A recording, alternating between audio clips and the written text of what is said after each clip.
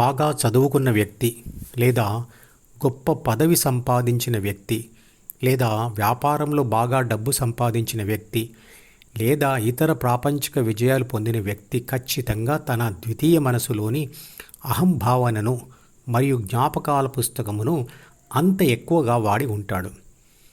ఏ మనిషికి అయితే అహం అంటే నేను, నాది, నాకు మరియు నన్ను అనే భావనలు ఎంత బలంగా ఉంటాయో అతని గెలుపు ప్రయత్నాలు అంత బలంగా ఉంటాయి. ఆ ప్రయత్నాలతో విషయాలను తెలుసుకున్న వాటిని డిలో అంటే జ్ఞాపకాల పుస్తకంలో దాచుకోవడం, అవసరమైనప్పుడు వాటిని తిరిగి వెలికి తీసి వాడడం అనేవి బలంగా జరుగుతాయి. అంటే చిత్రపటంలో చూపించిన A+B సిను మరియు డిను ఎంత ఎక్కువగా వాడుతూ ఉంటే అవి అంతగా పెరుగుతూ మరియు బలపడుతూ ఉంటాయి. దాంతో ABC అంటే ప్రాపంచిక ఆత్మ బలపడుతూ ఉంటుంది.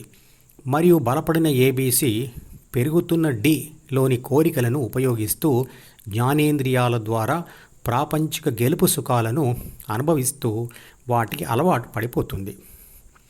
అలా A అంటే ఆత్మ B, C, D, E మరియు Fలను విడిచిపెట్టి ఉండలేదు కాబట్టి తన గురించి తాను ఎప్పటికీ తెలుసుకోలేదు. అంటే ఆత్మానుభవం పొందాలనే కోరికే రాదు కాబట్టి దానిని పొందలేదు. నిరంతరంగా ఎదుటి వాళ్ళనే చూస్తూ ఉన్న వ్యక్తికి సమయం దొరకక తన ముఖాన్ని అద్దంలో చూసుకోవాలనే ఆలోచనే రాదు కదా.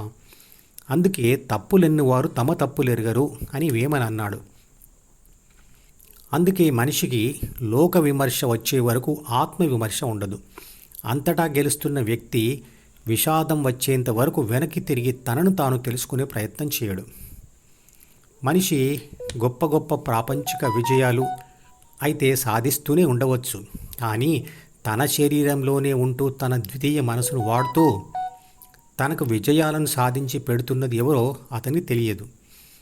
ఆత్మ ప్రాథమిక మనసుతో కలిసి తన ధ్యాసను ద్వితీయ మనసుపై పెట్టకపోతే ఏ ప్రాపంచిక పనులు జరగవు. అతని అంతిమ విజయం లేదా అతని సనాతన ధర్మం ఏమిటంటే ఈ విజయాలను సాధించడం వెనకాల ఎవరున్నారో తెలుసుకోవడం మరియు దానిని ప్రత్యక్షంగా కలుసుకోవడమే. తన మూలం ఎక్కడుందో తెలుసుకోకుండా తాను ఎంత ఎత్తుకు ఎదిగినా అది సంపూర్ణమైన జీవిత గెలుపు కాదు. విదేశాలకు పెంపకం వెళ్ళిన వాడికి తనకు భౌతిక జన్మ ఇచ్చిన తన దేశంలోని పేరెంట్స్ ఎవరో తెలిసినప్పుడు వారిని కలుసుకోవాలనే తాపత్రయం ఉంటుంది కదా.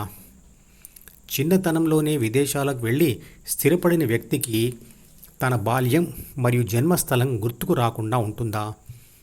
అందరి భౌతిక జన్మకు కారణం భౌతిక శరీరాలతో ఉన్న పేరెంట్స్ అయినప్పటికీ అసలైన తండ్రి విశ్వశక్తి మరియు తల్లి విశ్వ పదార్థం మాత్రమే.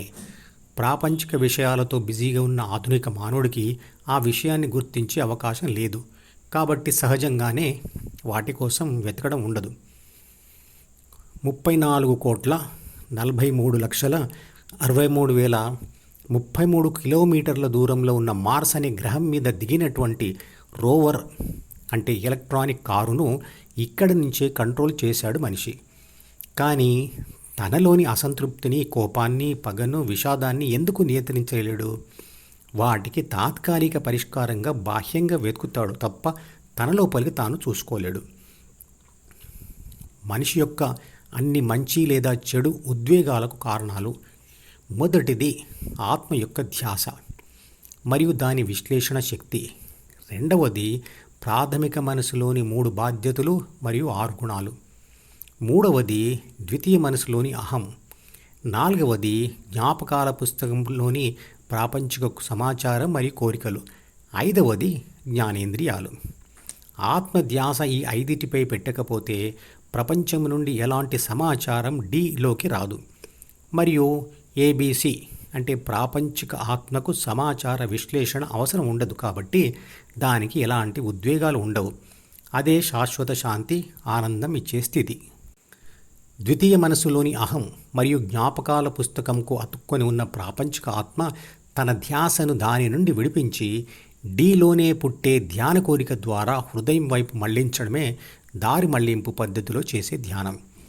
కాంటాక్ట్ లెన్స్ కంటికి అతుక్కుని ఉంటుంది కాబట్టి మనము బయట ప్రపంచాన్ని అంతా దాని ద్వారా చూడగలం, కానీ ఆ కాంటాక్ట్ లెన్స్ను చూడలేం కదా. అదేవిధంగా ద్వితీయ మనసులోని అహం మరియు జ్ఞాపకాల పుస్తకంకు అతుక్కుపోయిన ప్రాపంచిక ఆత్మ ద్వితీయ మనసును గమనించలేదు. అంటే అది తనను నడిపిస్తున్నట్టుగా తెలుసుకోలేదు.